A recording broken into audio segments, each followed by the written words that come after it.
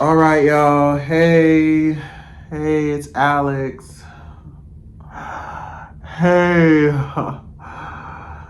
That was disturbing. Come along. Oh, come along with me. Smoke some weed and talk some shit. I don't really like to smoke though.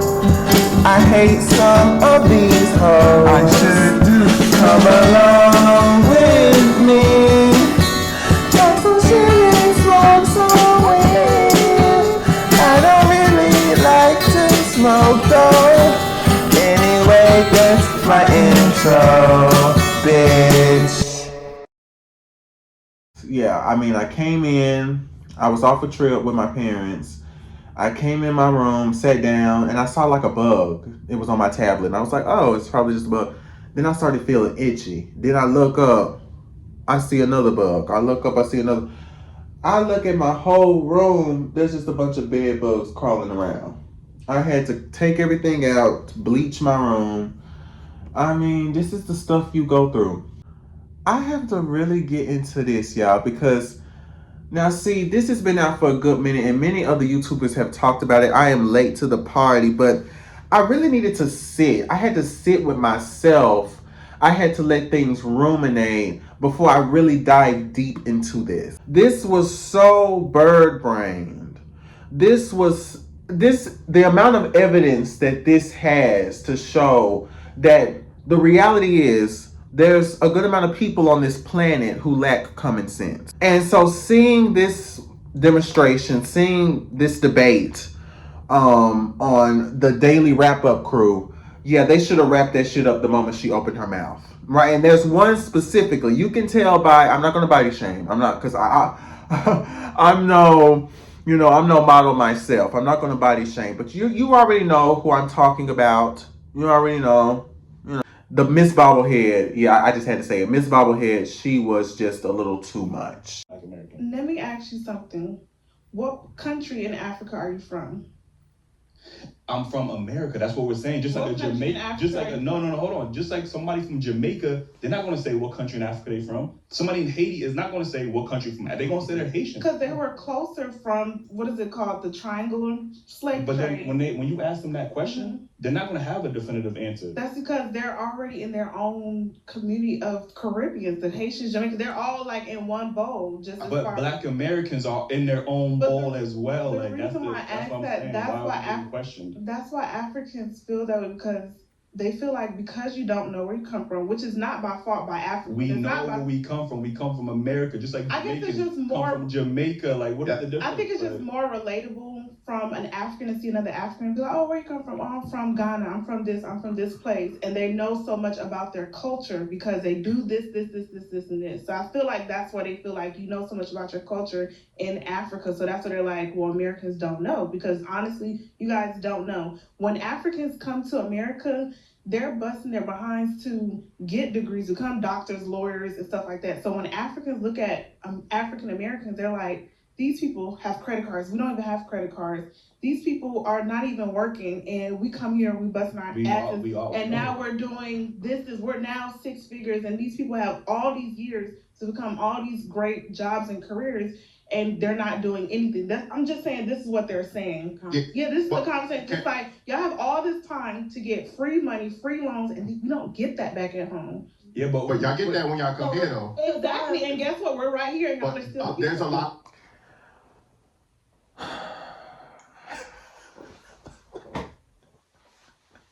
So I was looking online, and there was I believe, a Nigerian Independence Day in New York City. I think it was like a parade.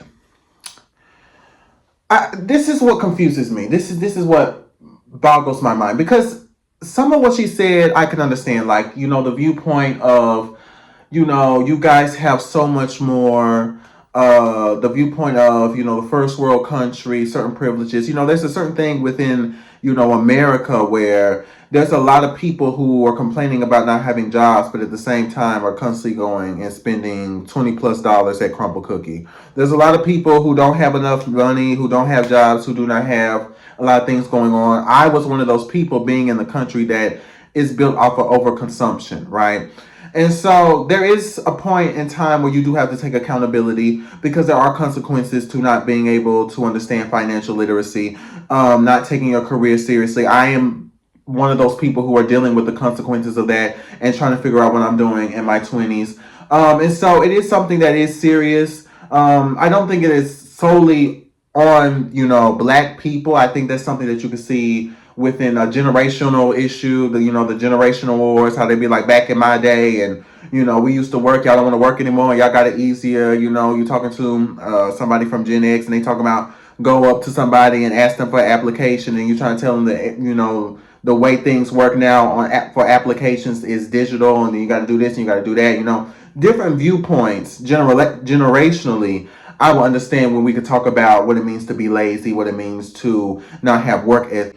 That's not just black people. That's black people, white people, Asian people, Hispanic people. That's anybody within the Gen Z. They could sit there and say, you guys are not taking accountability. Now, that's one particular type of conversation that I feel has a little bit more substance to it. What I can't take seriously is her saying that Black Americans specifically are people who are lazy. Black Americans are specifically people who do not want to work, when Black Americans have a long history of working in the country. And honestly, you cannot make it in society. You cannot make it here in a capitalistic country and not work. There's very few people who are a part of the demographic that do not work and can make it. Now, yes, I'm one of those people technically, and even then, I still have to work. I still have to at least work a part-time job. That's the bare minimum. And then I have to work another job. And then you have to find another job. Everybody has to find work because the way things work here in the country and really all around the world is you have to make sure that you have money to survive. You have to make sure that you have money to pay your bills.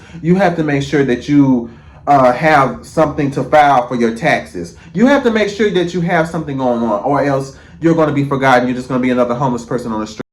You can't be in a country that's built off of consumerism. You can't be in a country that's built off of making sure there's haves and have-nots.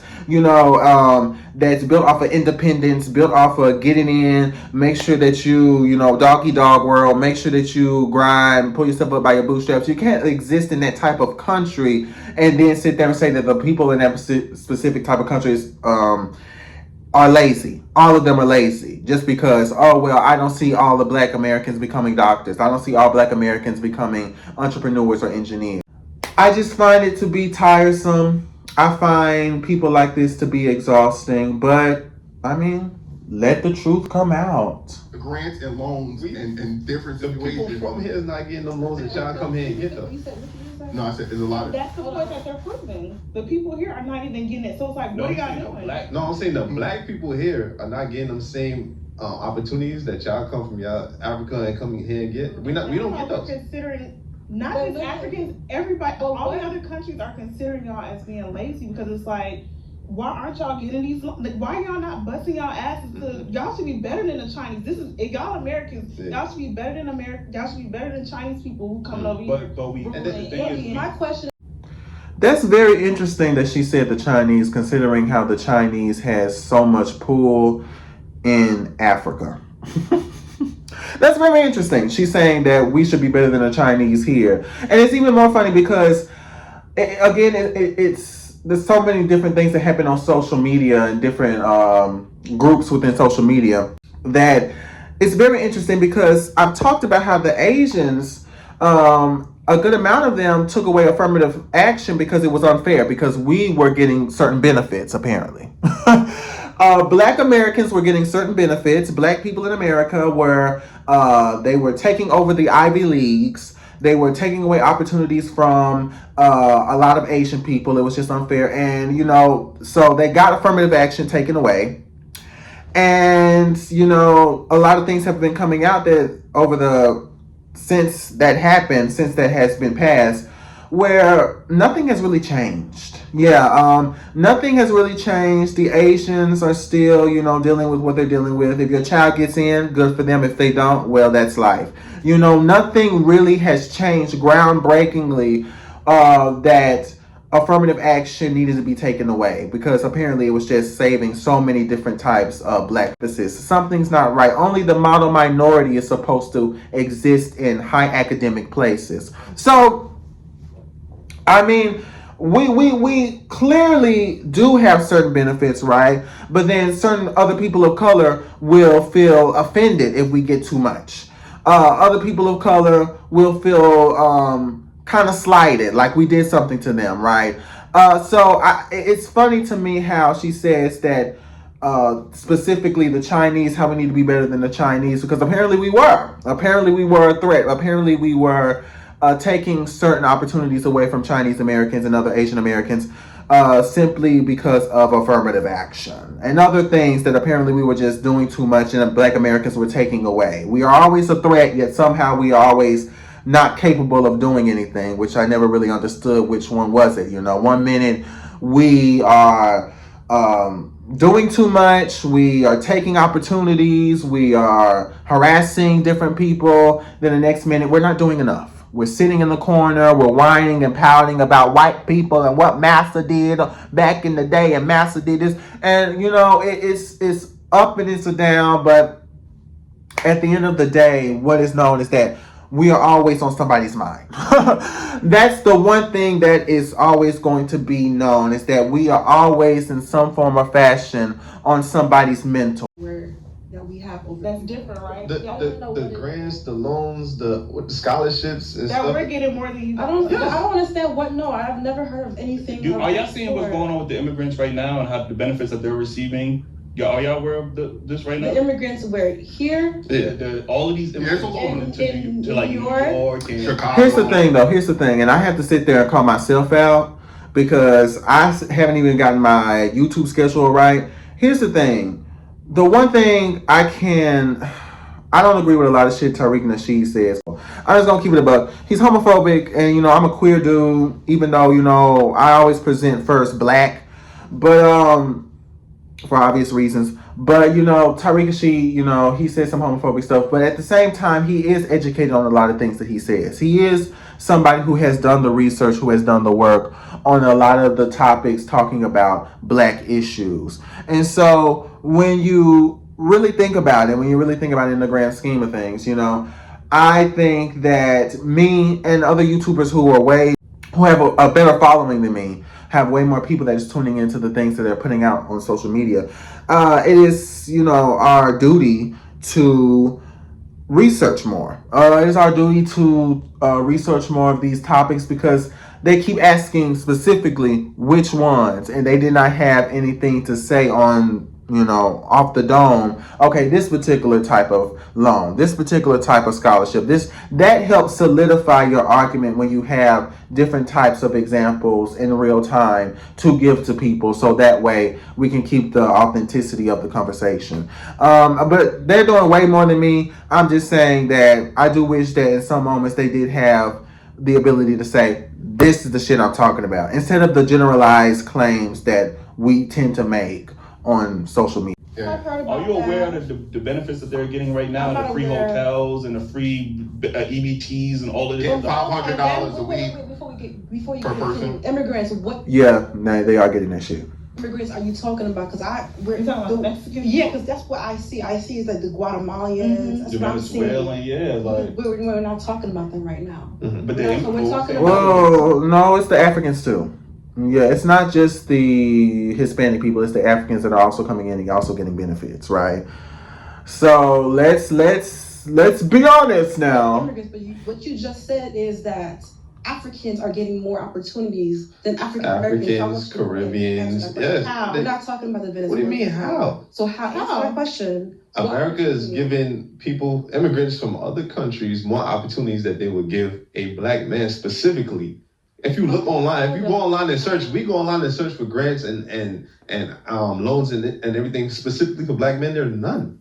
And But then that OACP just don't have. They have plenty of awards and scholarships And for. And That just shows you how America treats black people as a whole. It's Yeah, America. but that's the point we're trying to get to, y'all. That the reason we're not as far as people come from other countries and get is because No, I'm sorry.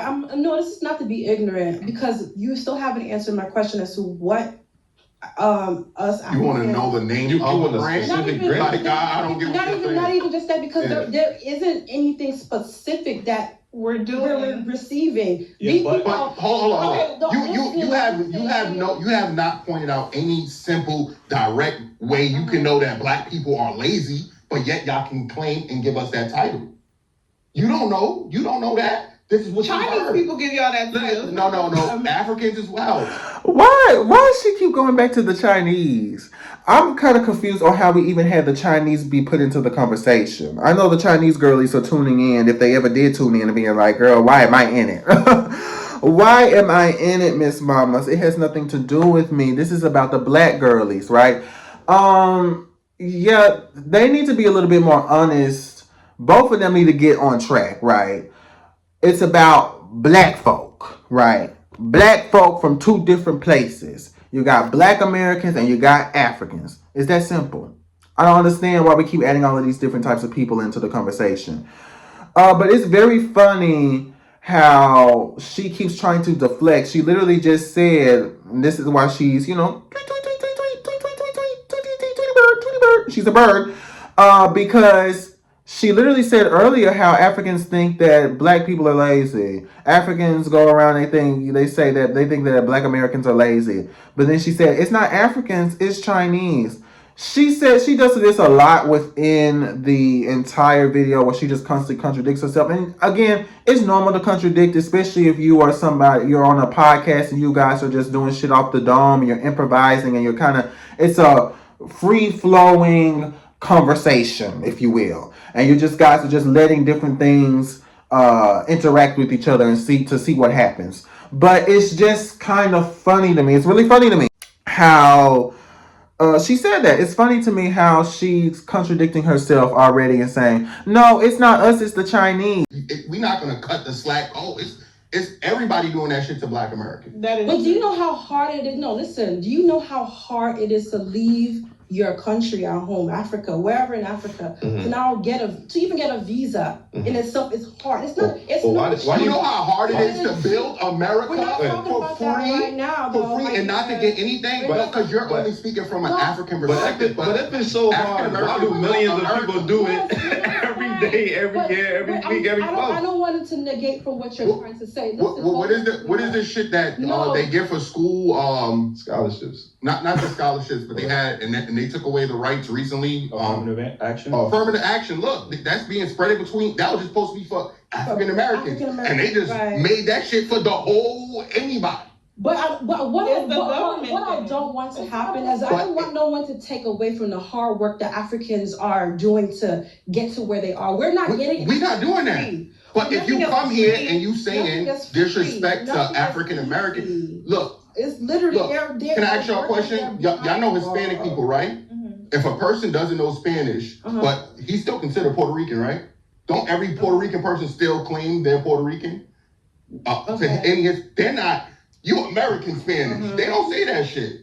But we got to hear from African people how we're not as black as they are because we were born in America. It makes no sense because then they'll say, okay, you guys, you're African. It's silly that you're not claiming African identity. Oh, well, you know what? You guys aren't really African. You don't know the traditions. You don't know where you came from. You don't know your lineage. And so they kind of bounce between the two. It's so comical to me. It's like you got to choose one. Either say you're African, make a whole, type of tribe form, do whatever you need to do. Get that out the way, solidify that between all the Africans, and maybe we can sit there and have a conversation. But if you're going to constantly sit there and bounce between, okay, we solidify you as an African, or it's laughable that you do not want to identify with African identity, considering that you have an ancestry that shows that you were African. But then again, you're also not really African because that was hundreds of years ago, and you've been living in America for I don't know how long, and so really you're just an American. It doesn't make sense to me. I said it's very disingenuous to say Black Americans are lazy, especially when Black Americans are the reason why your family was able to leave your country and come to a better country and have a better opportunity. And we can't act like some Africans came here because their families were well off. Like, you know what I'm saying? So let's not act like every family was poor. It's a very small No, let's not act like every family was poor and they came over here struggling. It's Africa. It's a third world country. This is a first world country. So 9 times. Ate her up for that. No, baby. Africa, because people all around the world come for America for not knowing, for not knowing geography, for not knowing the demographics around the world, right? She said, Africa is a third world country. No, baby. Africa is a continent. There are countries within Africa. So no, Africa, I wouldn't even consider Africa a third world continent because, again, how does that work? Not everybody in Africa is like starving. Not everybody in Africa is without. Not everybody in Africa has less than. There's a lot of countries within Africa that have plenty of resources. And I was just looking at something earlier where they were having a conversation. I forgot what channel it was, but having a conversation with a lady who is in South Africa, and how they were talking about the issues that were happening with white people, and how white people who are a minority in South Africa, they are a minority, where they still have neighborhoods where it's just white only. They still have different types of things where white people get to tell Africans what to do, and they get to boss them around. They get to say a lot of racist or stupid ass shit, and the Africans will just allow it because, well, I guess it's just the way it is. We got it. They are the ones with the money, or we got to just do it. We can't be too hostile or too crazy. And I'm not saying that every single South African thinks that way. And I'm not saying that, oh my goodness, all South Africans, they walk down the street and a whole bunch of white people are just attacking them. I'm not trying to create that narrative, but I am saying that I've seen plenty of people from South Africa, because I follow a lot of different people in the diaspora, who have talked about how there's so many different types of issues, and the corrupt politicians within South Africa who keep allowing that particular type of behavior because they might have white partners, so they're working with white people or other Europeans, and they care about the money and other different types of structures that they're building in South Africa to help South Africa, when a lot of the people are still poor, a lot of the people are still going through it, a lot of the people are still having to deal with different types of issues within their own country, and yet the majority of people there are, and I can't stress this enough, South African. The majority of people there are black, right? And yet they're still struggling. And yet black people are in a country, black Americans are in a country where they are technically still a minority. Technically still a minority who has a whole history of standing up against people who are supposedly the majority of the country. Yet you can't even do that in a country that is majority you. You have people in your own culture who shares your own lineage, understands the ways of your country, who are willing to sell out, give away to certain people, or turn a blind eye to certain things because, well, that's just the way it works. That's just the culture of South Africa, or that's just the culture of here. That's just the culture of there. Now, we can blame America and say America has ties to a lot of different types of destruction in a lot of different countries, and that would be valid. But there's certain types of things where Africans have to start taking accountability just as much as they want to sit there and say black Americans have to take accountability for their lack of initiative, for their lack of ability to want to take aim or to utilize their opportunities that they are so privileged to have as black people in America. It is time we also, as black Americans, offer up that same analysis, that same ability to dissect the different issues within other people's country. It is our time as Americans, right, to look beyond and say, what's going on in your neck of the woods? What's going on in your home? What's happening with your politicians, with your people? Let's sit there and let's dissect every single thing that you are not doing and the different things that you are capable. Since we're so self-absorbed, since we only care about our own asses, we only give a fuck about. Okay, you know what? Let's look beyond. What's going on over there? What's going on over here? What's going on over there? Okay, they don't just live in huts. They also live in houses, period. They got cars, period. Highways, period. Grocery stores, period. Okay, things have developed. You're right. Read me fulfilled. Things have developed. So what's going on? Why do you keep coming over here? Things have developed. Why do you keep coming to my country and then sitting there shit talking me and wanting to compete with me so you can get a higher? I don't get it. You have grocery. You have a Whole Foods. You have different fast food chain restaurants. You are in a society that is built off of the same type of consumerism that is in our own country.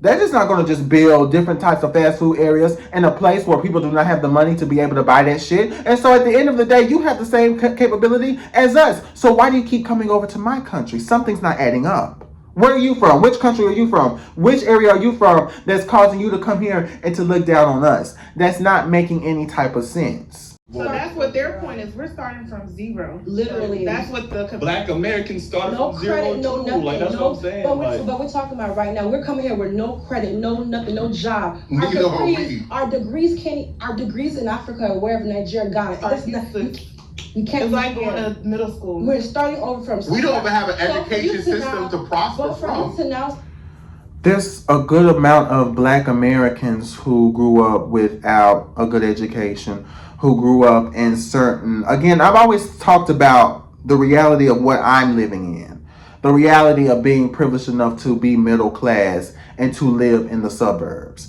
I'm not saying that to look down on nobody. I'm just giving the reality and telling the truth, not acting like, oh, I came from nothing, I came from the gutter. Because I feel like I don't like bitches who like to sit there and they like to pretend and they like to act like they came up and it's like, girl, no. I say all that to say that there's not every Black American is privileged like that. Not every Black American has that ability. Not every Black American has the ability to lean onto their parents. And so there's plenty of people who are Black American who have been working since basically they were born, who have been doing a lot of things, hustling and bustling to make it out of certain situations.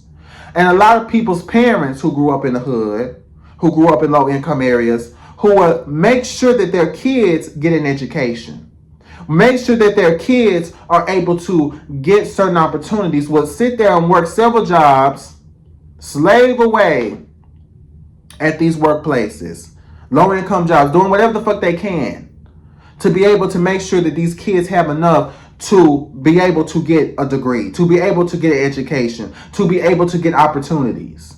Yet somehow we have this belief, and I'm going to give some Africans the benefit of the doubt and say that these two individuals are not representative of all of you.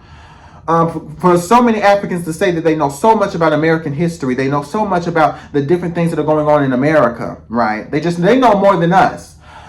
For them to say that they don't seem to understand the reality of what it means to exist in America, right? People are getting caught up again in the consuming. People are getting caught up in the influencing and the people sitting there buying shit and every buy and going out and money, spending. They're getting caught up. And I understand at the forefront, if you have the ability to do that, then you're well off. But there's a lot of people who are poor, a lot of people living paycheck to paycheck, a lot of people that don't have shit, that was born into not having shit. Some make it out, some don't. Some make it out, fall back in, somehow make it out again. It's a different type of setup for everybody. But to sit there and have this particular type of narrative or belief that fundamentally Africans are the only ones that have less, Africans are the only ones that start with nothing, it's just not the truth. It's not.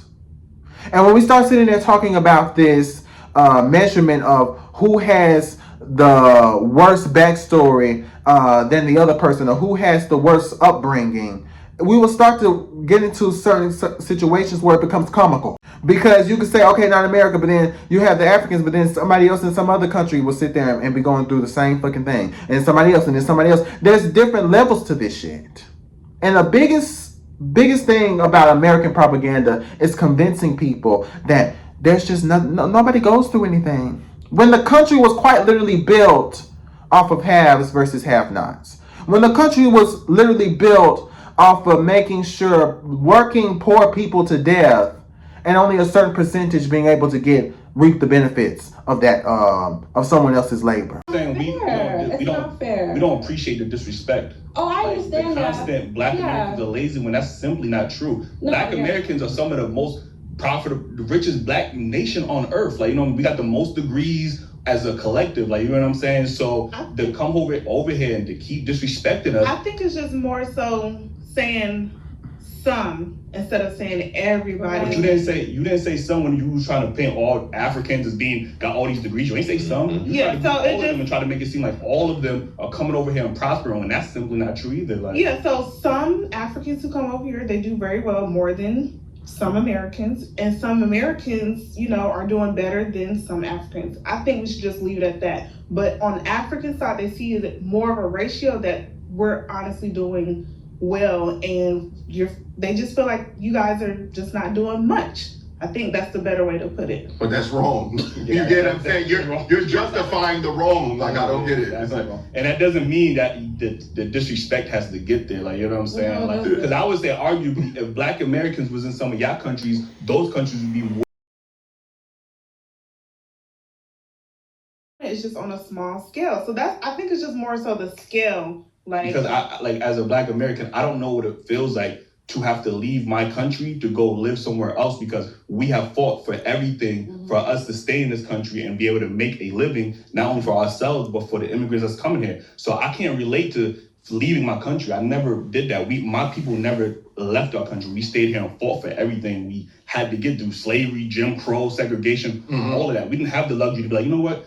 Let me go to fucking Saudi Arabia and just live my life thanks to the Saudi Arabians who made it possible. Like, no, we stood here and fought. So the fact that we have to get the disrespect, not even from not only from the white people, from the Asian people, now from the people that we thought was part of the African diaspora, you supposed to now click up. looking at us like, no, them niggas, you heard what they said on the shit. Stay away from them Black. These are African people telling African people to stay away from Black Americans. How you don't feel like? But you also have to look at the statistics. What is it showing? Like, if I was to be with an American man, just any typical man, 9 out of 10, I'm probably going to be a baby mama. So that's what they're seeing. So if I marry an African man, that's like me going to fucking Africa. 9 times out of 10, the poverty and all the fucking the corrupt politicians. It's the same shit. It's just It's what not we 100%. The reason It's the why, same let me shit, say something though. The reason why Africans have this negative connotation on African Americans is because of the stereotypes, what they're seeing on TV. It doesn't make it facts. Nothing is factual. We're not.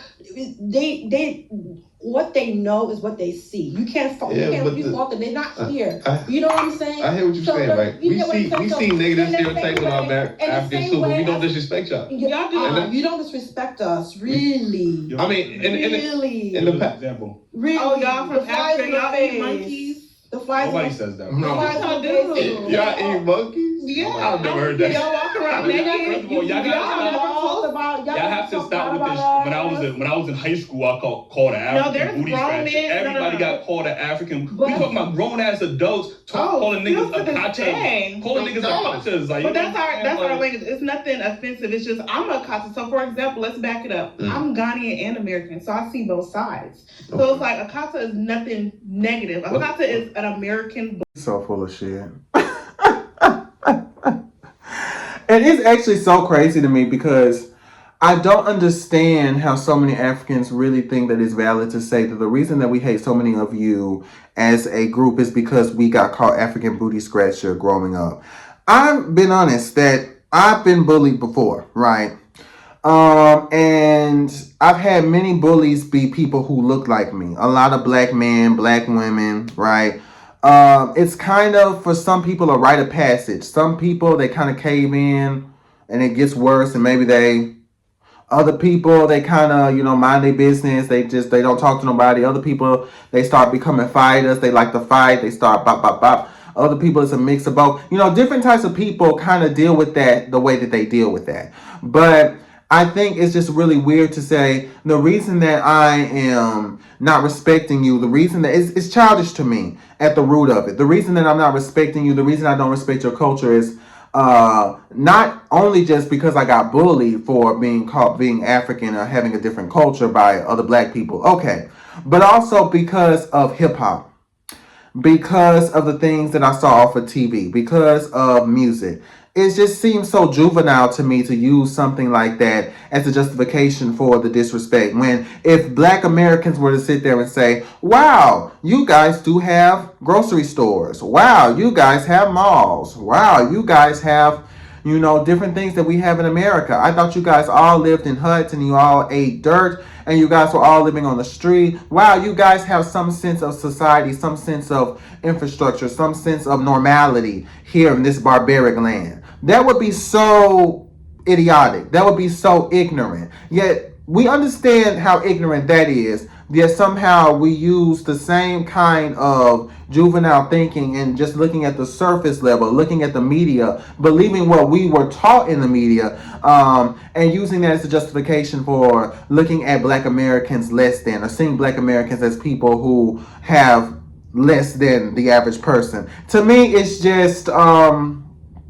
low class, or do not have any sense of culture or faith or spirituality. And the spirituality, I'm going to go on a little tangent on the spirituality, because as someone who grew up in church, I don't go to church as much now, right? And I kind of feel torn with the way that, you know, church movements are happening now. I'm not saying that church is completely over, but we are in that, I guess, another resurgence of the Enlightenment period, where a lot of people are kind of going away from church. There's a lot of church hurt. There's a lot of different things going on. You know, in history, we kind of go in circles in many different ways. And so we are now in a moment where it is like, I've heard people say the Roaring 20s, you know, it's like a different version of the Roaring 20s, where we are kind of getting away from religion, getting away from only focusing on the faith, or using the faith as not only a moral compass, but a compass on how we get to structure society and who gets to have what. And, you know, all of these different things, you know, it's becoming a little bit more different. And so because of that, you know, the consequence of that is that it takes away a certain aspect of culture, right? It takes away a certain aspect of culture that has been so prevalent within the Black American community. But when it comes to culture, when it comes to different values, you know, I've seen a lot of Africans say, because of hip hop, because all you guys talk about is killing and sucking and doing all this other stuff, you guys don't have any aspect of spirituality, which is not true. There's so many different types of people in the Black American community that grew up heavily within the church, that grew up heavily within the faith. So many people that still are Black American that grow up heavily within church, within faith. We own praise and worship. Don't really care who tells you that. We own gospel music. Don't really care who tells you otherwise. We own that particular type of practice because we have roots with Negro spirituals, with a lot of other different things that we've done as people. Gospel is so fundamental within our history as Black people. And I wish more people would talk about gospel music, because I'm not even listening to gospel music as much as I used to. But I wish people would talk about that because of the interconnection of spirituality and also the influence of music. A lot of musicians, a lot of legends came from backgrounds within gospel music. And so it's interesting to me, right? But just them saying this is really tiresome. Again, there's a lot of this tendency within the African community where they do like to gaslight you. They do like to kind of play in your face. Akanta doesn't mean, we know what Akanta means, right? You say what you want, don't say what you want. People talk about each other all the time. Again, and I don't want to try to downplay being bullied. Again, I understand that there are negative effects of that. There are certain consequences of that. You can have PTSD. There's certain residuals. I call it mental residue.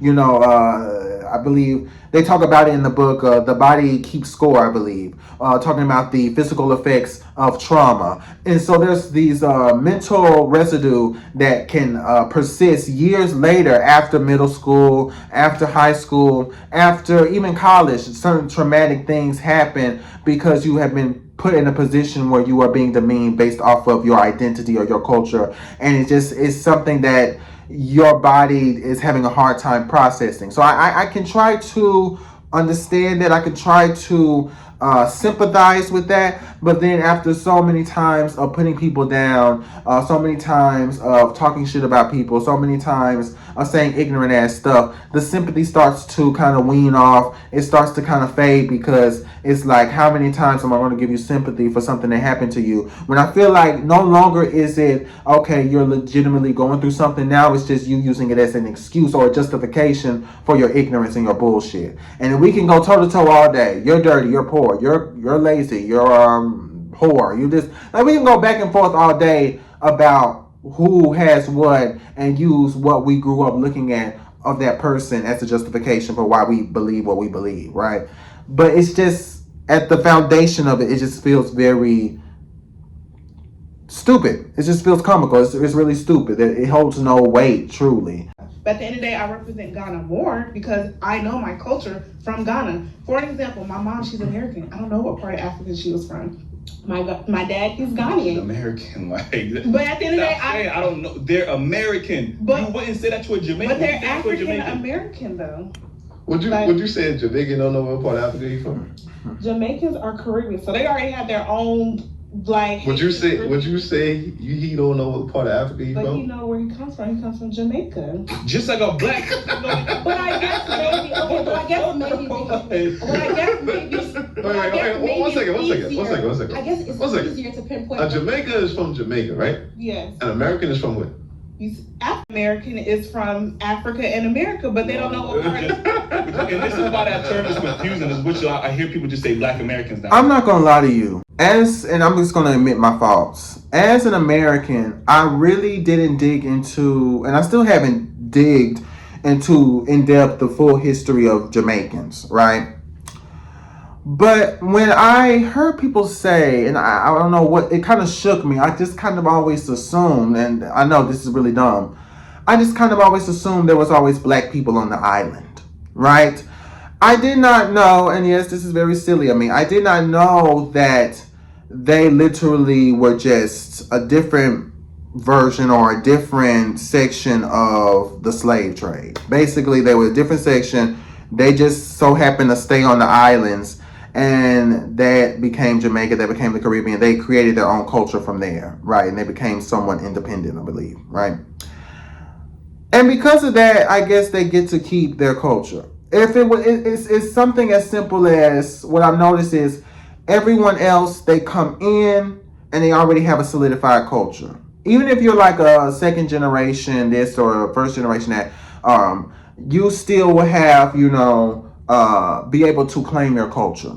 You will be able to hold your culture. You will be able to have your culture because you are somebody who comes from a group of people who came from somewhere else. You have a lineage, right? And so it's a different type of upbringing where you can rightfully so claim being American and that somehow not be detrimental to your cultural authentication. You can say I'm an American, you can claim being patriotic and still hold certain things that is sacred to your culture. Whereas Black Americans, because the identity itself, the country is so young and the identity itself is so complex, Black Americans could be from anywhere, you have to kind of deal with the fact that because you do not have a solidified lineage, you're just American, which is a form of erasure, because then it's like, yeah, we're all Americans. But if I sit there and say, no, you're not Japanese, you're an American.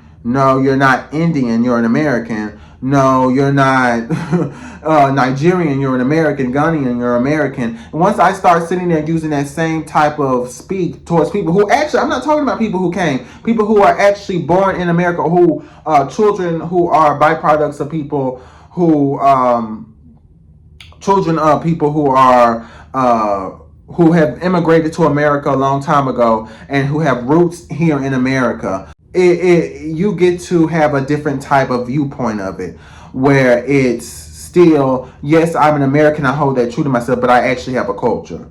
And so Black Americans notice that. There's a weird tendency to erase, to separate, but also in the same time to kind of force this particular type of claim onto Black Americans that they are African, which I don't quite get. How we're African one minute and then the next minute you're actually Black American. You don't really get to keep it. It's faulty. You don't really get to keep the identity of African itself. It's kind of thrown out there in a careless kind of way, and it's really an insult, right? Because then if you can't even authenticate somebody's African identity beyond, well, we know you was on the ships, okay, well, that's it. If you can identify or authenticate that as something that is real, something that actually holds weight to it, something that is actually seen as legitimate from all people in the diaspora, then it's like we're not even having a tribalistic debate, because at least within the diaspora, at least within Africa,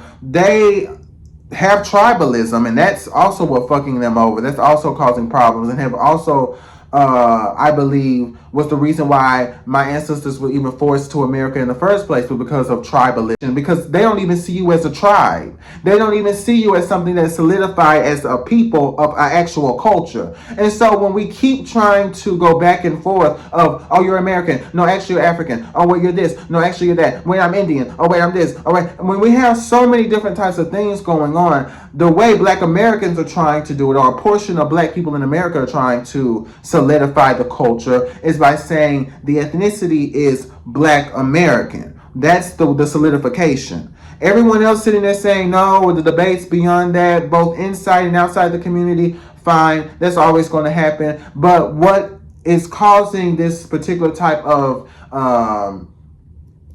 battle, I guess, is because it is only a natural occurrence for us to find a way to solidify our identities and our culture when we see that people are trying to erase us. Now, they may not see it that way, but that's what it is. And I've even said this is something that even white people can go through, right?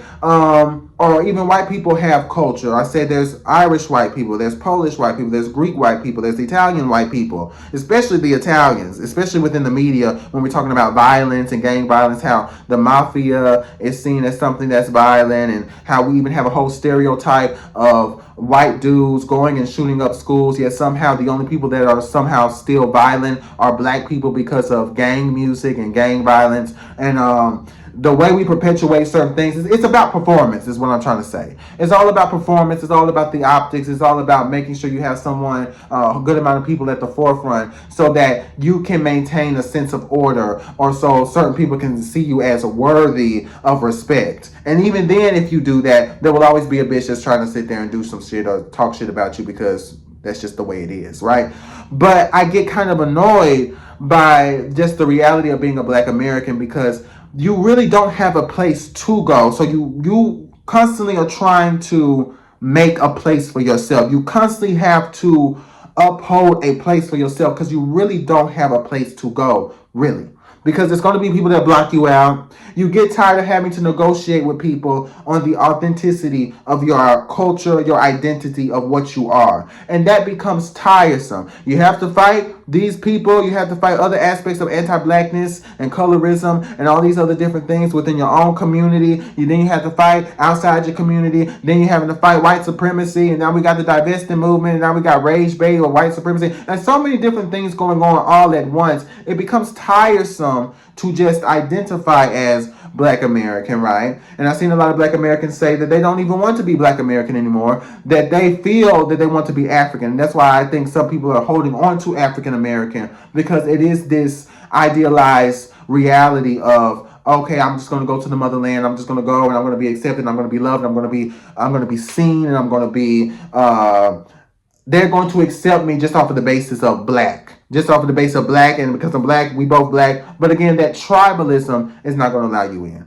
And that tendency to not really see you as somebody who is really authentically them is not going to let you in. And that's just the unfortunate thing about it. We try to do the right thing and at least acknowledge our ancestry. Unlike, you don't see a Haitian saying I'm African Haitian, or a Jamaican saying I'm African. We try to do the right thing and acknowledge our ancestry, and now it's being used. Well, what part? Like, no, just for that, we just Black Americans now. Like, fuck all that African American shit, bro. We're Black Americans now, bro. Because if y'all don't question the Caribbeans, then y'all shouldn't question the Americans. The Caribbeans know where they come from. African Americans don't know. They do not. But you have to understand, like, there's a lot. Like Jamaicans, most of them they come from Ghana. Mm-hmm. So most of them can easily pinpoint where they're from in Africa. But they don't get a Jamaican is not going to say I'm from Ghana. He's going to say he's from Jamaica, bro. Y'all trying to bail them. So what does a Haitian say? I don't know. What does somebody from Antigua say? I don't know. But they from their country. Listen, I'm just trying to give you maybe a reason as to why. I'm not saying what they're doing or saying is correct. Mm-hmm. I'm just trying to give you guys maybe another way to look at it. No, because it's wrong. We're not going to look at it a different way. It's just wrong. It needs to stop. It's easier for them to see, okay. I get what you're saying. You looking at it from the perspective of you from Africa, and you get why they say they from Jamaica or whatever. But it's still wrong at the end of the day, because we have our own country. Huh? It's It's not the truth. America is a country. Yes, it's They have culture there. So if I say I'm American from America. That's my culture. I think it's more so pinpointing Towards the blue. Africa and African roots, as far as they're saying y'all don't have culture, y'all don't know the history and the background of Africa, where y'all come from. So, like, for example, you wouldn't say a Chinese person like, oh, I'm not Chinese, I don't know, you know what I'm saying? Like, you would say. I gave that example too about the Hispanic. They don't get questioned by other Hispanics whether they didn't know one bit of Spanish. I mean, honestly, Black people, African Americans, we should just come together and just be as one. But that's what we Girl, try girl, Upsets me the most. Well, you know what do y'all feel like y'all should do in order to know where you guys come from? Are you guys doing the DNA We're test to telling see you, which part of no, Africa we're you're from? telling you, we're I know, from I'm telling America. So That's you it. are still Like, that's- enforcing us to have to prove to you that we're Black enough or we're African enough. We don't feel like we need to do that. So We're- they're just Well, that's this is disrespectful. America. How's that disrespectful? Because you don't even want to try. What? I gotta pay for you to love me? Get the fuck out of here! Our lineage is in America. What the For fuck? 100 That's just years, the like, bottom that's line. So, But how, they so don't want then to the go question back to is, see how will we where solve they're it? from. How will we solve this issue? Because I feel like it's not, we don't have to say like, y'all don't know what y'all talking about. We will say, you don't know a lot about Africa. Stop, so what would you do in stop order to spitting the narrative of all these other people that's disrespecting Black Americans. Speak to us like how you want to be spoken to, and we'll do the same. But what if that's not disrespectful to them? They just feel like you just Just don't give me the know. fuck out of here, man. Look, Give me a mothership. Give me the fuck out of here. And they will love that because you're taking the time to go to Africa and to learn about it. You Bruh. know? Y'all not even taking the time to talk to us without criticizing us. We're weak, we lazy, we don't fuck with them, go The fact to the... that you didn't want to do the DNA test, the fact that you didn't want to do this is showing how ignorant you are. That's what we I'm see as ignorant because of that? No, that's You what we're sound saying. ignorant. Get the That's- fuck out of That's here. what we're saying. Is Yo, ignorant get the fuck as out of far here. as Yo, bro, what part of Africa you from? What are you? Okay then. So he's. But they would never question that. And that's what we find disrespectful. You wouldn't look at him. Are you Jamaican? Yeah. My father Yeah. never ever said like, yo, go find a white lady. My mother never ever said go find a white lady. Like, they wanted Would your parents expect you to look for your African roots to know where you're from? no. Okay. Have you But he ever would been probably even want to taught marry a that? Jamaican. So my parents are definitely like everything from Africa. I agree. I agree on the whole wanting to date somebody of your own race, right? Of your own culture. I don't think there's anything wrong with that. I think the problem is that happens with Black Americans is that when your race is your culture, and that's how you identify your culture, it becomes a little bit more different, right? If you come from a whole continent that has countries in it that's predominantly people who look like you, are you gone from that country and you grew up in America and you kind of understand the two worlds, then that's a very different type of upbringing of understanding what it means to like somebody like you, because you might be able to find somebody else who is African who you can connect to. You can find somebody else on your island who is Jamaican, who is Bahamian, who is Trinidadian, who is who has the same type of background as you. And that's something that can work, that you can work with, right? I think that I've noticed something in the media, I've noticed something in just reality, where I went to Chicago, right? I don't know if these brothers are like Black American or African, I don't know. I went to Chicago and I was walking with my family, you know, because it was a thing. I went to go see my sister, and she lives in Indiana right now because she's going to college. And so she's like a couple of hours away from Chicago. And so my family was like, we're going to go up there for several days. We're going to do a whole thing. It's going to be good. So I'm in Indiana, you know, in Chicago. I'm walking around. And as I'm walking around, you know, there's different couples. I kid you not. I've seen plenty of white on white couples. Plenty. Nothing new, nothing shocking, nothing crazy. I understand how Black women feel now. I've always kind of understood the tea, right? Being someone who's also attracted to men. And I saw, you know, a Black man and a white woman. I'm like, okay. We just walking. We just walking. You know how it is when you're in Chicago. You walk a couple steps, you sit, crosswalk, okay, walk again, okay, walk, go. It's constant movement. We don't say, it's not like how it is back here at home where it's excuse me, how you doing, excuse me. It's kind of like we're just gonna walk by each other. Let's not push each other too much. Let's move on, right? That's just kind of the culture. That's how it's set up, demographically. So we're walking again. Another black man and white woman. Walking again, another black man, white woman. Walking again, we're going to a different store. Just a couple of blocks, black man, white woman. I'm sitting here in the hotel, I kid you not, I'm looking black man, white woman from the upside. I have a certain shot from my hotel. We on like the, I forgot what floor. We're on the high floor though. Not too high, but not too low. Just kind of in the middle. And I'm looking, I'm seeing different people walking. And they could be friends. Black man, white woman.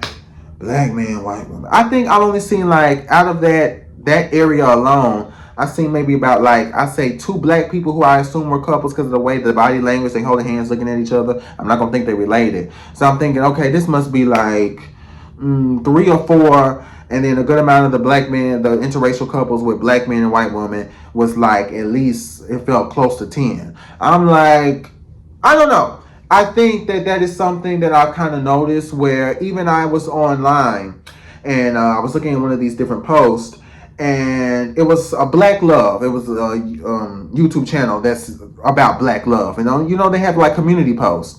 And I looked at the community post and it says Black Love. Now I scroll down to all the other community posts, right? And I'm looking 2 black people. I see another interracial couple, like several posts down.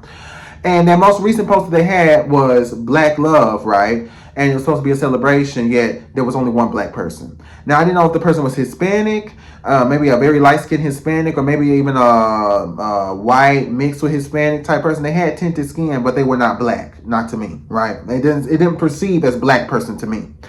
And they were having, it was a cute little photo, but I wasn't the only one that was like, okay, that's interesting.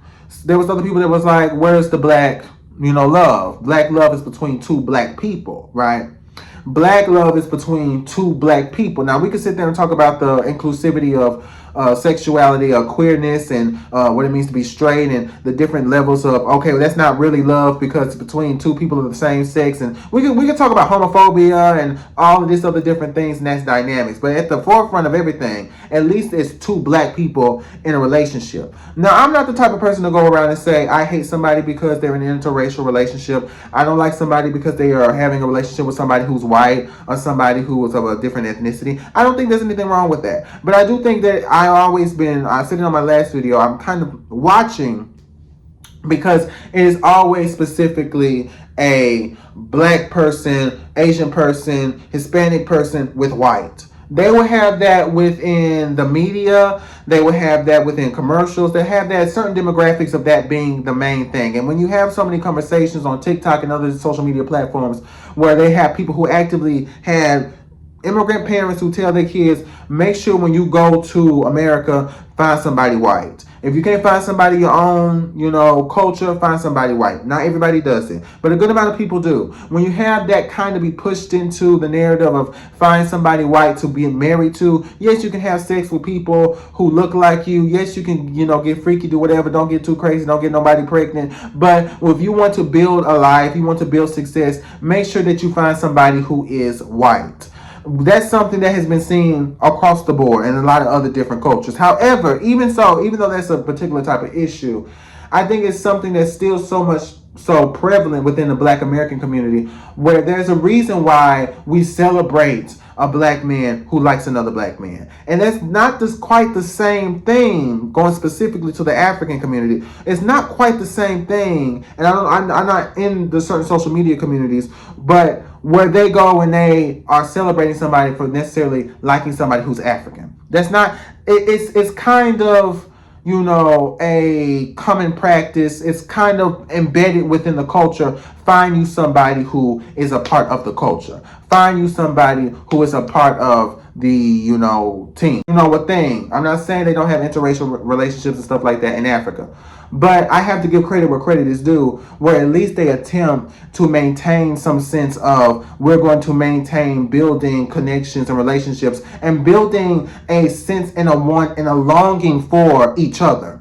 at least, even with all the tribalism, at least that is something that is structural within the culture that I feel that Black Americans still have trouble with to this day. I can't tell you how many people I've seen. They will find a white man, a white woman, they act hood, they ghetto, they pop, they go around, they do all this stuff. Whether they grew up in the hood or not, I don't know. But if a Black person, the one who supposedly originated that type of behavior, does it, suddenly we get cold feet. We don't like to look at it. We don't like to see it. There's so much that goes into what happens cognitively, what happens at the background of your mind, where you hold anti-Blackness, and you could be the most pro-Black, Black person ever and still hold a lot of anti-Black sentiments. So I have to give credit where credit is due with a lot of different types of African communities where at least they hold that much. I gotta give credit for that, because the amount of people I've seen, again, there's nothing wrong with interracial, but Black men and white women, I don't get it. I don't get it, not saying that it can't happen naturally, lovingly, but a lot of times there's something that a good amount of these interracial relationships are built off of anti-Blackness, built off of self-hate, built off of a need to get away from wanting to exist with people that look like them. And it's unfortunate. And I can make that for another video if you guys want it. I know that was a big tangent and tirade, but it's just something I've seen for so long where I'm just like, I mean, love who you love, right? But at the same time, and even with the politicians and the Democrats, a good amount of their partners are white. And they're going around Black lives, and we don't like white people, and we're here for Black people, but they don't date a Black person. They don't have conversations with Black people. They don't marry a Black person. Like, I can't get over it. Like, it's just like black, but you're not light skin, dark skin, mixed even. I mean, just something. They don't even do that. It's just straight white person. I don't know. I feel like there's something psychologically there that probably somebody before me has tapped into. I don't know. It's just something that I kind of was like, that kind of threw me for a loop. But anyway. Oh, we got this. Oh, bless you, son. Agreed. As he said, Jim Crow and everything, parents came here, they understand that. Just because we wasn't born here, lineages are from here, we all are Black. We're all gonna get treated the same way. And that's how we come to solutions, when we all can agree, like, just because we're from this country or from that, we're still African. But when you gotta constantly being like, well, you know, you're not really African because you can't identify, you ain't do the DNA testing to know which part or which tribe you came from. Like, yo, our experiences is unique in America, just like it's different in Jamaica. Like, you know what I mean? Like, the Brits is different. It's different, like, lineages, but they're all African, like, at the end of the day. Like, and we acknowledge that. Black Americans have acknowledged that. It's not like we haven't acknowledged our roots. We call ourselves African Americans. Like, you know what I'm saying? Some people say that they're like, the African Americans are saying that I'm not African. Yeah, a lot of Africans, they don't want to American. consider African Americans. I think they most. I didn't get on no boat. But those could be the people that you would call ignorant. Most of them. And so that's what Africans are seeing, as those people are like. But that's not, they're saying Black people. There are a lot of Black people who are saying, no, I'm not African. Yeah, a lot of, most, if you But that could also, boys, that like, could, you that African? could, Hell no, I ain't African. but that could also be in response to the disrespect that we get from African people, though. Yeah, I mean, yeah. I mean, it But works I think- both ways. Everybody. I think, but at the end of the everybody. right, I think at the end of the day, it comes down to respect. Like, you don't have to be like, oh, what part are you from? You just know that that's my brother because he's Black. You know what I'm saying? If we take out the countries or whatever, everybody the same color, and the white people here gonna treat us all the same. They don't pull you over and be like, oh, you African? Exactly. All right, Oh, I'm gonna leave you alone. Can I tell you why it hurts though? Only because we are not going to Africa speaking that rhetoric towards you guys. You guys are flying over here. And that's the thing. The thing is, a lot of Black Americans are not going to have enough money to go to Africa. If you're going to a whole other country, you're not supposed to go there broke. You're not supposed to go anywhere broke anyway, because it's just miserable. I would know. But even when you have money, you have to make sure that you really have the money. You really have the understanding of that country. You don't just go to Africa and think you're just going to sit there and have a cute little holiday and that's it. There's certain things that you have to prepare for in order to go and have a fun time. And plenty of Black people in America have done it, but multitudes of Black Americans are not going to be able to go all the way to Africa, fly all the way to Africa, to the motherland, and then to get to reunite with the people. So when the people have the ability, the African people have the ability to come to America, and there's just automatically this hostility. People blame it on cultural differences, but I think the cultural differences is just I wouldn't say a cop out, but the cultural differences are amplified even more so because there's already a resentment towards each other. There's already an uneasiness surrounding each other at the foundation of the diaspora conversation, at the foundation of how we interact with each other as black people. Because unless okay, that person black, that person African, we all good until you ask me the question, where are you from? Now we in trouble. We all good until you ask me who your parents. Now we in trouble. Then once that happens, once you can't really catch something, touch something, unless you got a noticeable accent where I'm like, oh, you must be from here or there, I'm not going to sit there and have an issue, right? And then we find out later then that it's like, oh, you don't really fuck with me like that. Oh, I don't really fuck with you like that. And there's a certain section of black people who, again, they grew up in America. It's very dangerous because dangerous, but it's very concerning, I'll say it that way, that they live in the same kind of culture as us. They understand the culture, they understand the nuances. Even if they don't believe it's culture, they understand the reality of what it means to exist as a black American, because they probably would be perceived as a black American unless they have a visible accent or something that's giving away some type of exoticness or some type of otherness, that they are not the same type of black person as the other. They're not wearing the traditional dress, the shiki. They're not wearing the traditional different types of garments. They're not doing the traditional type of things in their culture. They are not, being presented that way at the forefront, right? And so because of that, they would be perceived as black American. Then you hear certain stuff that they say, and it's like, it's very anti-black, only to find anti-black and anti-black American, only to find out that they're actually Nigerian American, they're actually, Haitian American, that these people are not fully solidified within the black American identity. They have a different type of upbringing that causes them to have whatever type of, mindset that they have about black Americans. And so those people you have to watch out for, because, it's always been this way. Within black movements, you always had people that probably had that type of history, but it is a little bit more prevalent to notice it now, especially people, let's say, the founder of the Shade Room, that has been very detrimental towards the black community, black media, on the same level as the Pop the Balloon fucking dating shows. They have done so much damage in the perception of blackness and the way that they kind of push certain things out. And the founder of it is a Nigerian woman. And she's probably Nigerian. She hangs around her people. It's been talked about. And she goes around and she profits, and she gets profit off of maintaining a sense of disorder, maintaining a sense of dysfunction within the black community. And using that, that could be confirmation bias for people who already have an uneasiness surrounding black Americans and what they do and what they, how they carry themselves in this country. It's very interesting. It's very interesting, to say the least. About us. That's like us going over there like, damn, like y'all got all these resources. Why y'all ain't do nothing with these resources? Y'all letting the Chinese come in and dictate everything. Exactly. If I was over here, I would have been did all. We got all the natural resources. I would have been did. Africa would have been fucking Wakanda by now. Like that's like us saying that same rhetoric. Like, but it's true though. I agree. But we're not gonna go over there and disrespect y'all like that. Well, it's not true. No. He's from Jamaica, right? Who owned all the roads, the bridges, and the tolls? Who owned? You know who owned those? They don't own shit. My father lives in Jamaica.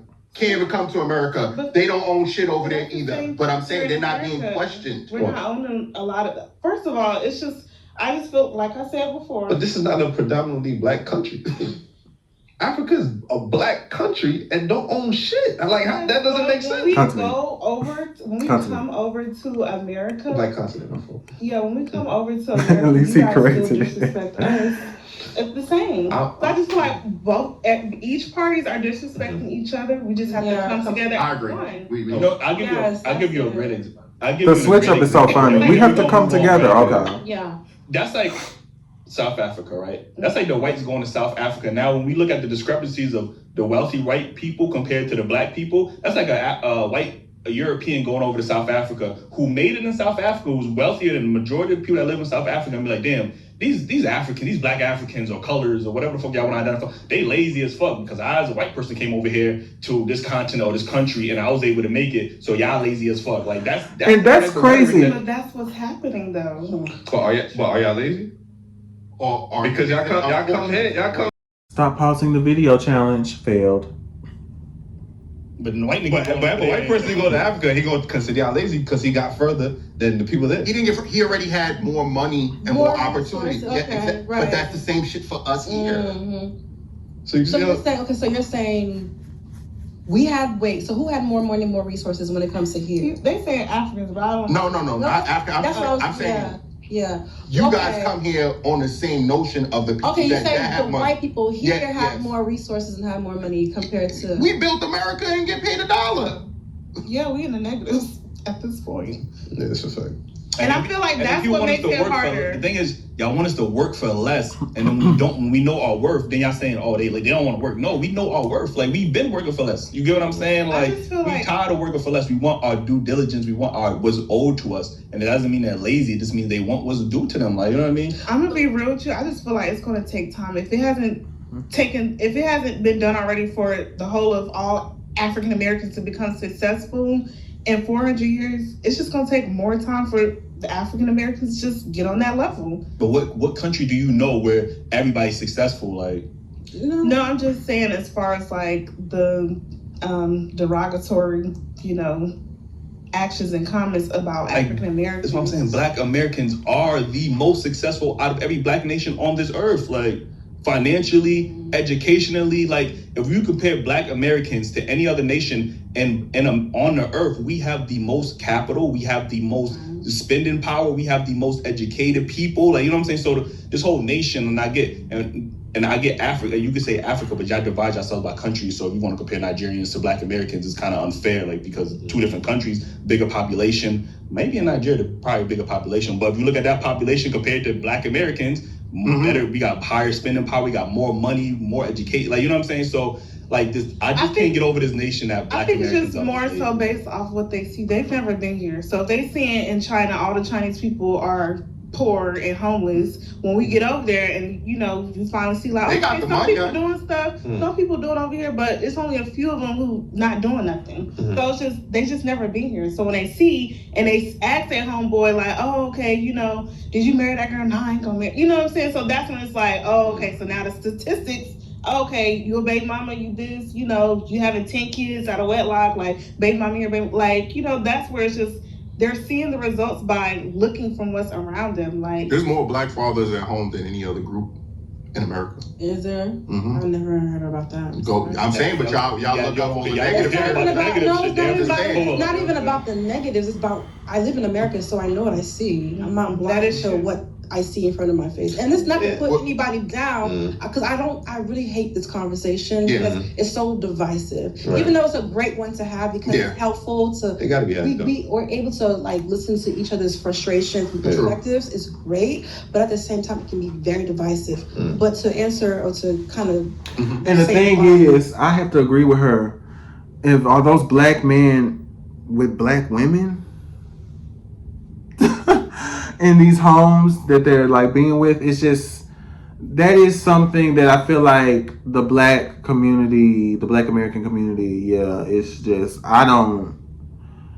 I'm not heterosexual, so I'm not gonna go fully into that. I'm gonna let them have that conversation, but again, it's just there's so much that goes into that where I'm just kind of like, I really don't see how they can navigate that situation, because that is a problem that still persists in the black community, where I do see a lot of black fathers though.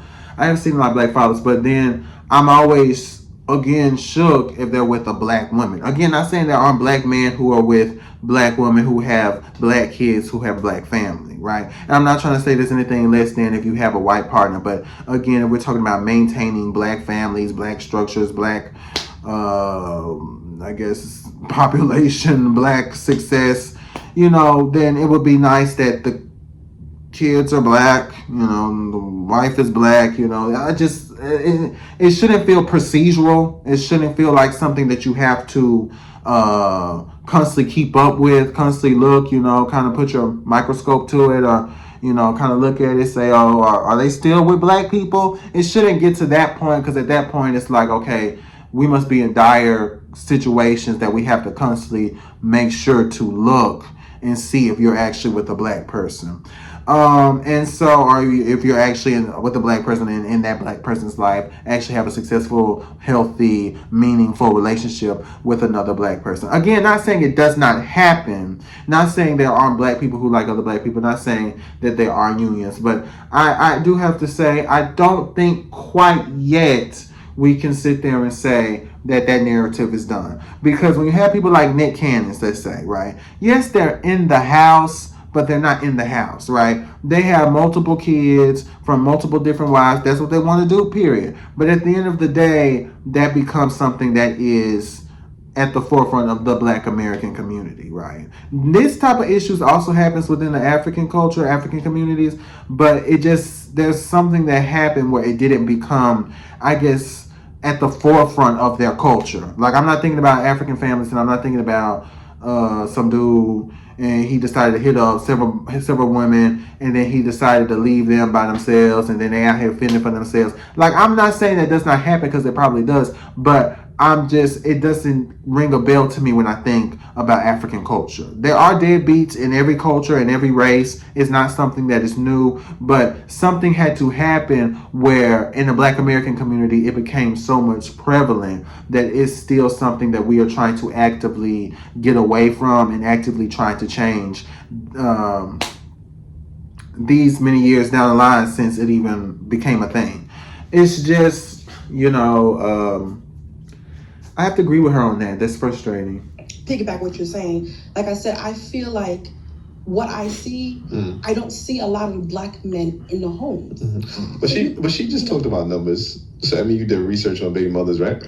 So why are you researching that and not black fathers? The research is, all of us are speaking based on, quote unquote, based off what around us, our surroundings. Yeah. All my aunties. Huh? You said the numbers. Numbers as far as what? That's what you said. You said the numbers show that America has more baby mothers. That's what you said? I didn't say numbers, but like, for example, I don't have if you compare the white family compared to our family, because he said some numbers and statistics, it's like with my community, my aunties, there's no father in the home. All my aunties, all my cousins, there's no father. I'm gonna skip a little bit ahead, but this is something I also wanted to get off my chest because it's been kind of settling on me.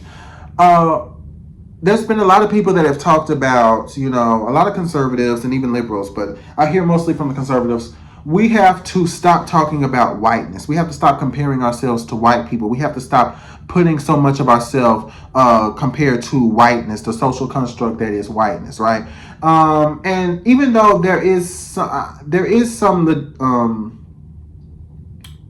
validity in that statement, the unfortunate thing is it's coming out of mouths of people who are white supremacists, people who are anti-black, people who are coons. But there is, again, some validity to the statement, because I've noticed that when she said something about, you don't see white Americans, you don't see white, and yes, they talked about the Chinese specifically, and they talked about other people of color as well. But I think what's hit me is that we constantly are tethered to whiteness, right? And I kind of sat with it after looking at so many different videos, so many different creators, from, small creators to big creators on the topic, where I've noticed that there is this pattern of maybe the reason that we deal with anti-blackness, maybe the reason that it's something that is plagued within our mind, our mental, is because a good amount of Black American accomplishment specifically has to do with how we persevere despite or in spite of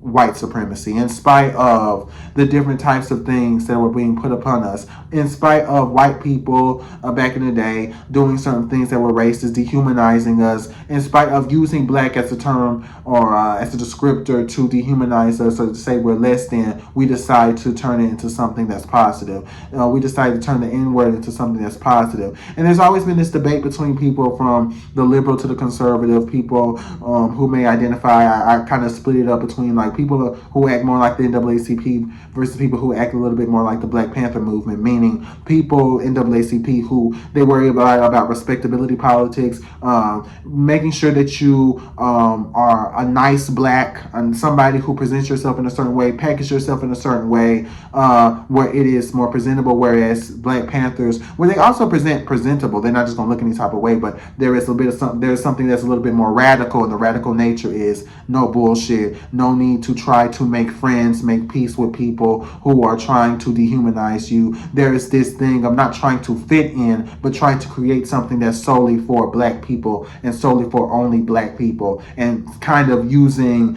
an aspect of segregation as a way to build. And I'm not saying that's all of the Black Panther movement, but that's kind of how I split those two different types of ideologies, or two different types of people in the way that you would think of how Black people perceive themselves, how Black people carry themselves, and wanting to be Black and wanting to celebrate Blackness, or how they view Blackness in America. And so I realized that there is this weird tethering. I heard it from again, Tariq Nasheed, where he calls people tethers, Africans tethers and stuff. And I thought about it. I said, it's almost as if we do not have the ability to separate. Even when I hear a lot of the conversations when we're focusing solely on Black people, and we're not even really talking about anybody else, I noticed so many different creators will bring white people in it. I noticed when people were sitting there talking about culture and American culture, they'll say, you don't see white people doing it. And every time it would always be white people at the forefront of the conversation, and then everyone else will come in.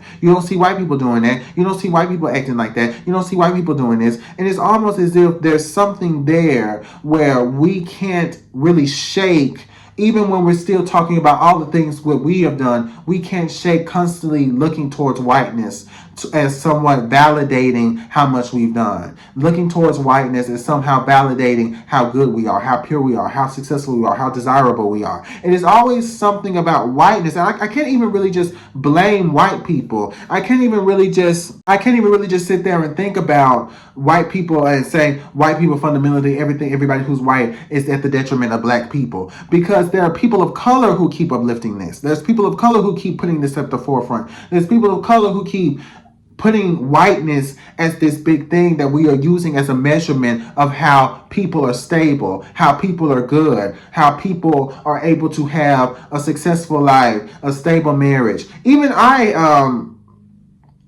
have, again, that is part of the conversation when we're talking about race, and there's a history of Black people versus white people, and that's a whole history, of course, in colonization, Europeans who are mostly white going against people of color. There's always going to be something that there's a common denominator, and it is whiteness. However, I do feel like in some forms or fashions, we do not kind of stick to ourselves. We kind of, in a way, give into anti-Blackness, or give into a tendency to want to be white supremacist, or align with white supremacist ideas. I say it like that, right?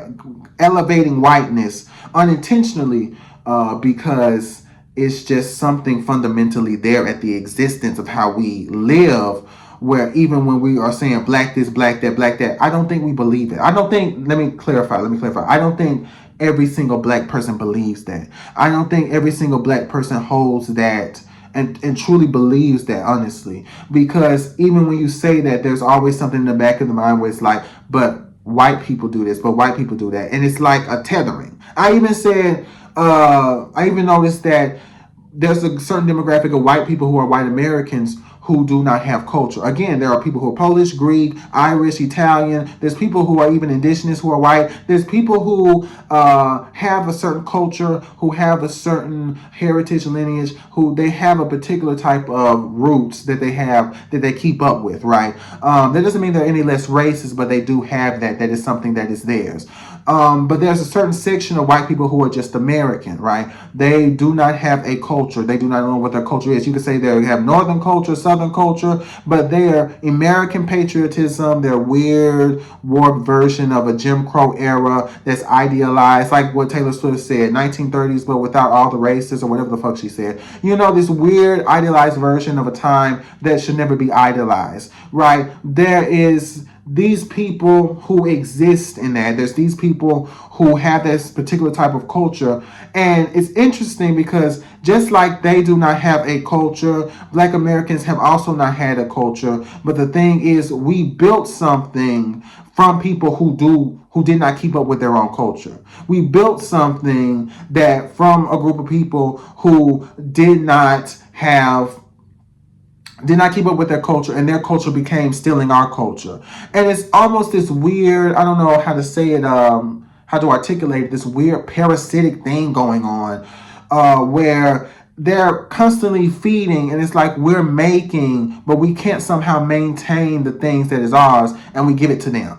Or we give it to them, not, it doesn't have to be physically, it could just be mentally, it could be certain things that we do. Even when we say, the only reason this Black person is attractive is because of Eurocentric features. There becomes a cutoff, I feel, where it goes from we are recognizing something that is white supremacist, racist, something that is supporting something that is racist or anti-Black, and there's a cutoff from that, from being something that we acknowledge to being something that we unintentionally promote, being something that we unintentionally give into. And I wanted to kind of think about that. I know that was a big long tangent. And I'm gonna end the video on this note because I wanted to look at other videos because there's so many other different things that I've seen that I want to react to. But it is something that I have kind of sat with for a good minute, where I was just like, there's something there psychologically, there's something there mentally, where I do feel that we do have a sense of anti-Blackness, that there is a reason why you would have somebody who is considered like stereotypically Black who will actively go against their own people and will be proud of it. You would be somebody who's stereotypically Black, they grew up in the hood, they got bragging rights, street rights, they have certain aesthetics that what you would think of the stereotypical idea of Blackness, and yet they would be the same anti-Black, they would be just as racist as any country bumpkin white person. And so it's very interesting to me the way that works. I feel like we need to find a way to expand the culture of Black American achievements. We need to expand Black American culture so that way it doesn't constantly funnel back to them. That way we don't constantly have that in our mental, we came from less. There needs to be a transformation or to build upon that and to constantly sit there and say all the good things we have done. Because if you keep saying all the bad things we had and how we don't have this and how that, it kind of, I feel mentally, I don't know how else to say it, there's something there where they call it decolonizing your mind, if you will, where you might actually sit there and uplift certain ideas towards whiteness and you don't even really acknowledge it. You're not really catching it, but it's something that's happening. And I think that can only happen because of years upon years of white supremacy. I don't think someone has to call you the N-word. I honestly don't think that white people have to say anything, because that's how insidious white supremacy is. It is something that seeps into your mental, and it can cause certain issues where you may uplift these ideals and use whiteness as a standard for everything. And they aren't the standard, right? And it is hard to actively say whiteness isn't the standard of beauty, whiteness isn't the standard of success, whiteness isn't the standard of all things great.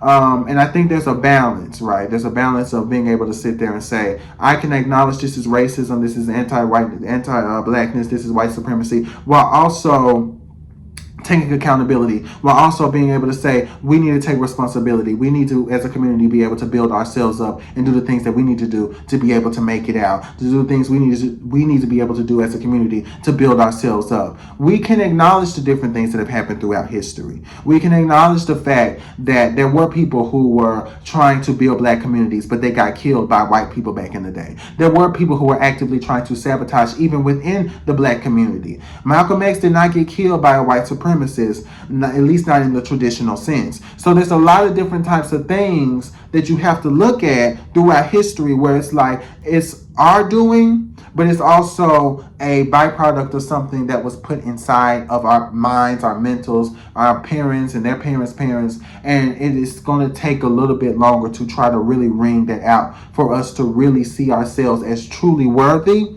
And then once that happens, then we can get to all of the other stuff that's going on with the diaspora. But I just don't think that we can do that if we don't fully build ourselves up. We can't be able to constantly keep going back and forth and trying to defend against Africans, trying to defend against this person, trying to defend against this person. It becomes tiresome. You got to defend against yourself. You got to defend against the Asians, the Hispanics, the Africans. You got to do this. You got to do it. It becomes tiresome. No group of people are able to defend themselves that much and have to defend and gatekeep their culture that much and still fully hold a sense of self-esteem, still fully hold a sense of self-worth. Fully.